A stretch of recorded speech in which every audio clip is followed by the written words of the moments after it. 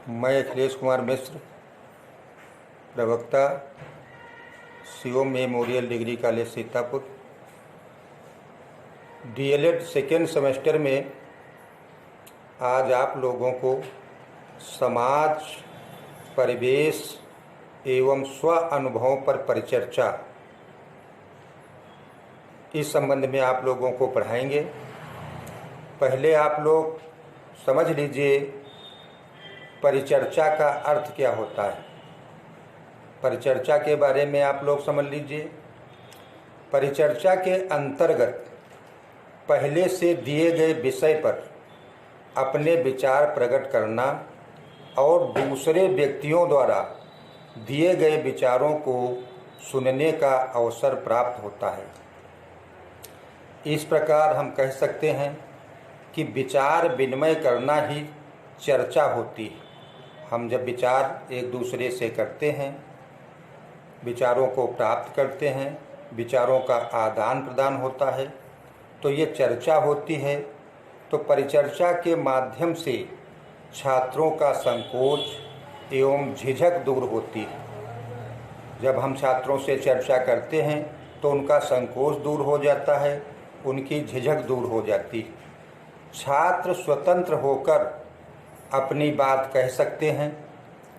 परिचर्चा से जहाँ एक ओर छात्रों के ज्ञान में वृद्धि होती है, वहीं दूसरी ओर उनकी मौखिक वाक्पटुता का भी विकास होता है।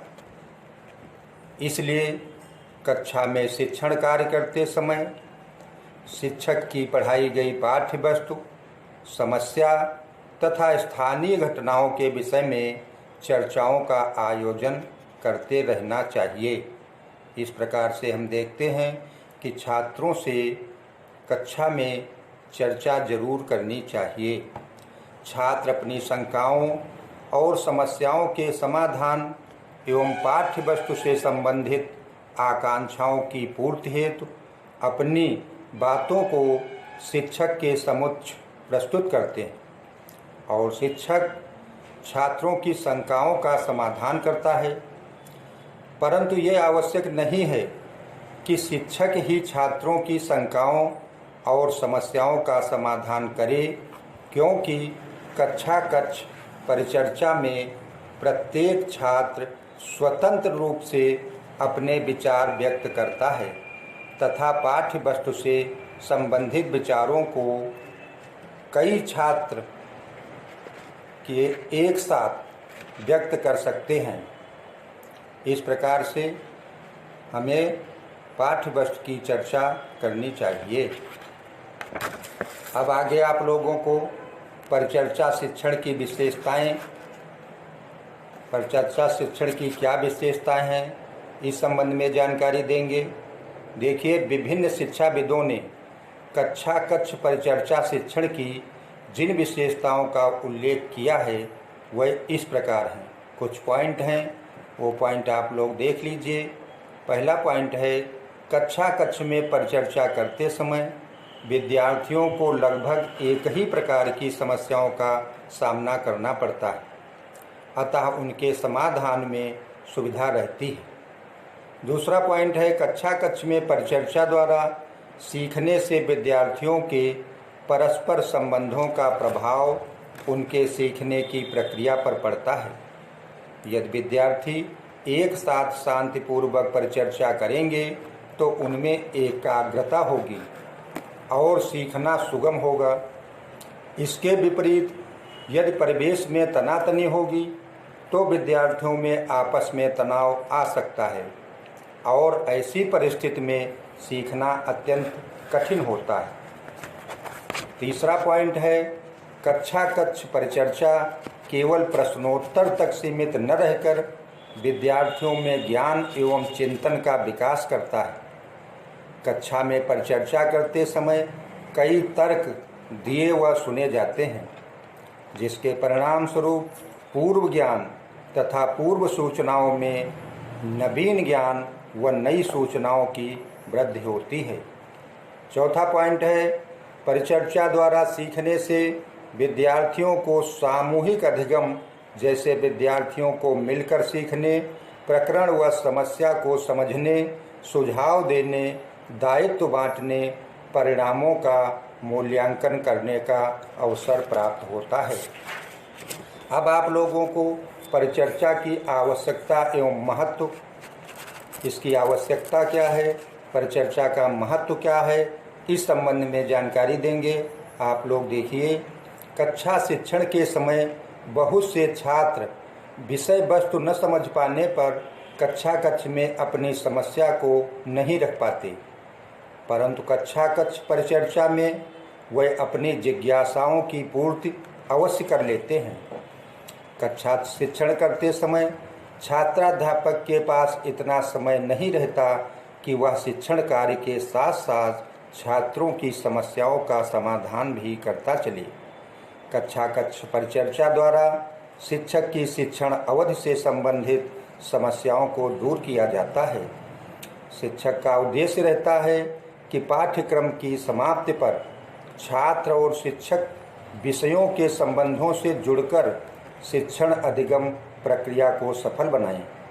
छात्रों में अपने अनुभवों को सुनाने एवं दूसरों के अनुभवों को सुनने से ही भाषा के विभिन्न कौशलों का विकास होना संभव है। कक्षा कक्ष में अपने अनुभवों को परिचर्चा के माध्यम से व्यक्त करना एक महत्वपूर्ण प्रक्रिया है, जिसके माध्यम से श्रवण कौशल का तीव्र गति से विकास होता है। इसके महत्व को हम इस प्रकार स्पष्ट कर सकते हैं। पहला पॉइंट है स्पष्ट एवं शुद्ध उच्चारण में सहायक। कक्षा कक्ष में शिक्षक छात्र के बीच जब विषय वस्तु, अनुभव या परिवेश से संबंधित परिचर्चा होती है, तब छात्र परिचर्चा के समय अपने अनुभवों को सुनाते समय भाषागत अनेक अशुद्धियाँ करता है, जो कि उच्चारण एवं वाक्य निर्माण से संबंधित होती हैं। इस गतिविधि में जब शिक्षक छात्र की सहायता करते हुए छात्रों के उच्चारण अशुद्धि को दूर करने का प्रयास करता है, तब अभ्यास प्रक्रिया के पश्चात छात्र अपनी मौखिक अभिव्यक्ति या वर्णन में किसी प्रकार की अशुद्धि नहीं करता तथा स्पष्ट एवं शुद्ध उच्चारण के रूप भाषा का प्रयोग करने लगता है। दूसरा पॉइंट है संकोच की समाप्ति में सहायक। छात्रों में संकोच एवं हिचकिचाहट को दूर करने में कक्षा में होने वाली परिचर्चा एक प्रमुख साधन है। प्रायः देखा जाता है कि संकोच के कारण छात्र अपने अभिव्यक्ति को सार्थक एवं प्रभावी ढंग से प्रस्तुत नहीं कर पाता है। कक्षा में जब वह धीरे धीरे चर्चा करने लगता है एवं अपने अनुभवों को सुनाने लगता है, तो छात्र में संकोच की भावना का समापन होने लगता है। इस तरह वह धीरे धीरे सफल वक्ता बनने की ओर अग्रसर होने लगता है तथा अपनी मौखिक अभिव्यक्ति में निपुण होकर प्रभावशाली रूप से भाषा कौशलों को आत्मसात कर लेता है। अगला पॉइंट है आदर्श वाचन की योग्यता। भाषा कक्षा कक्ष परिचर्चा में वाचन एवं पठन का अत्यधिक महत्व है। वाचन के महत्व पर प्रकाश डालते हुए डॉक्टर श्रीनाथ मुखर्जी ने कहा है, वाचन कला है, यह ज्ञानार्जन की कुंजी है। उन्होंने कहा कि वाचन कला है और ये ज्ञानार्जन की कुंजी है। वाचन शक्ति ठीक रहने पर ही मनुष्य जटिल से जटिल विषय पढ़कर समझ जाता है तथा पढ़े हुए अंश का सार बोलकर या लिखकर व्यक्त कर सकता है। अच्छे वाचन के बिना न तो कोई अच्छा वक्ता बन सकता है और न ही लेखक। वाचन मृत्यु पर्यंत मनुष्य के साथ रहता है।